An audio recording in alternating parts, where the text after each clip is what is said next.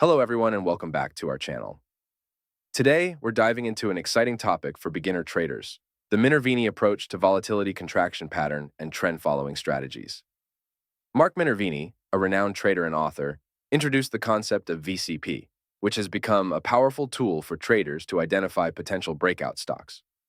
But before we delve into the VCP, let's understand the basics of trend following strategies.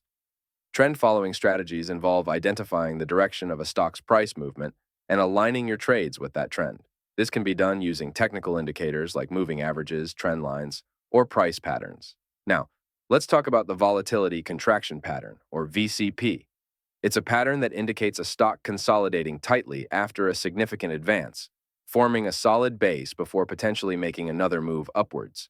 The VCP consists of several components: price stability, volume decline, tight chart pattern, and strong earnings and fundamentals.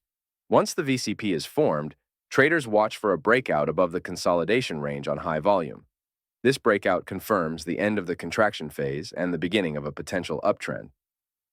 When trading VCP breakouts, it's essential to have clear entry and stop-loss points. Entry can be set slightly above the breakout point, while the stop-loss should be placed below the consolidation range to manage risk.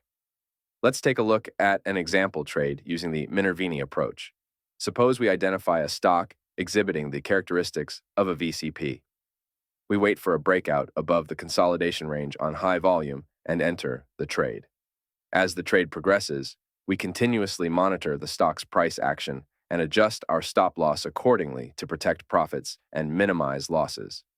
In conclusion, the Minervini approach to volatility contraction pattern and trend-following strategies offers a systematic way for beginner traders to identify potential breakout opportunities in the market. That wraps up today's video.